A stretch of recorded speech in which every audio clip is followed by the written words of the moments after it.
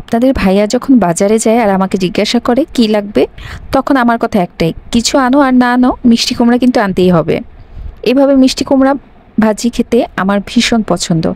গরম ভাতের সাথে শুধু তৈরি করে খেয়ে দেখুন, ট্রাস্ট মি আর কিছুই লাগবে না। প্রথমে একটি মিষ্টি কুমড়া ফালি করে কেটে নিয়েছি, তারপর পরিষ্কার করে ধুয়ে পানি ঝরিয়ে নিলাম। তারপর পরিমাণ মতো লবণ, হলুদ গুঁড়ো, মরিচ গুঁড়ো দিয়ে সুন্দরভাবে এপিট ওপিট করে মেখে নিলাম।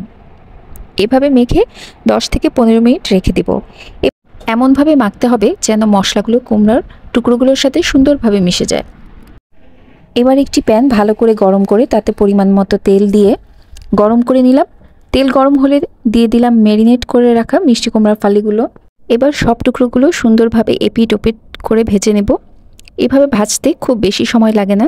কালার চেঞ্জ হয়ে সেদ্ধ হয়ে আসলে নামিয়ে নেব।